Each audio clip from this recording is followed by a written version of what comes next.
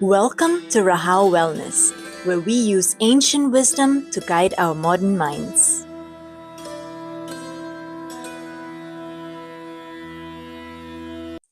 If you're here because you often question yourself, your voice, your choices, your place, even when there's no obvious reason to, then welcome, you're in the right space. Because self-doubt isn't always loud. In fact, it's often quiet, persistent, and exhausting. Have you ever noticed how self-doubt rarely shows up when we're actually failing? In fact, it shows up when we're growing, when we're visible, when we're doing something that we truly care about. And oftentimes it sounds like, who am I to be doing this? Am I just pretending? Do I really belong here? And what makes it so confusing is that these thoughts don't just go away even if we know that we're capable or prepared, which then makes us think, well, then there must really be something wrong with me.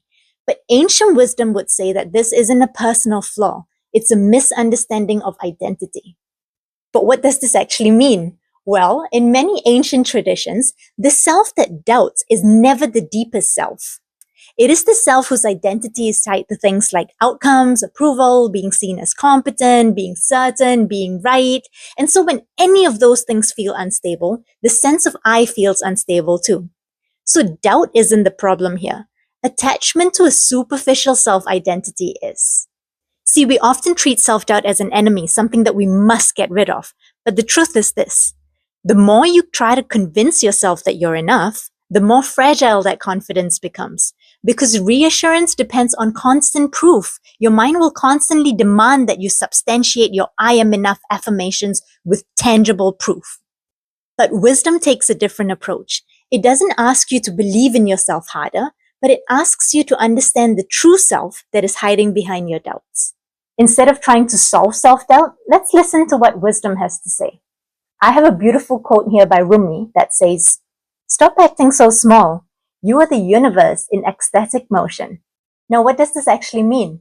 Well, the concept here is one of your true self. Rumi is calling us to recognize our true selves. The entire universe is one living aliveness, and we're not merely in it. We are of it. Our bodies are formed from universal matter, and our beings from the infinite wisdom of existence, alive, ecstatic, and dynamic.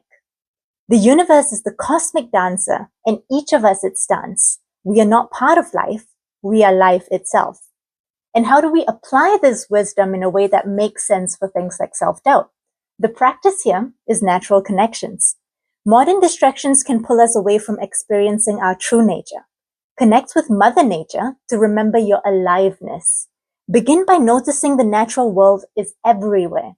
Notice how beautiful and intricate each flower or leaf is, how strong and majestic the trees are, and how nourishing the sounds and smells of nature are. Feel the connection to the ecstatic motion of life. See, Rumi's wisdom is not telling us to be more confident. He's asking us not to ground our identity in something that can be so easily questioned. You can act with doubt present without letting it define you. Because living with wisdom doesn't mean never questioning yourself. It means not mistaking those questions for truth. So let's practice this wisdom throughout the week by connecting with nature and reminding ourselves who and what we truly are. In this series, we're going to explore challenges like this and see how we can meet them with wisdom in a practical way in our daily lives. So if this resonates with you, subscribe to Rahao Wellness and follow along the series of Living with Wisdom.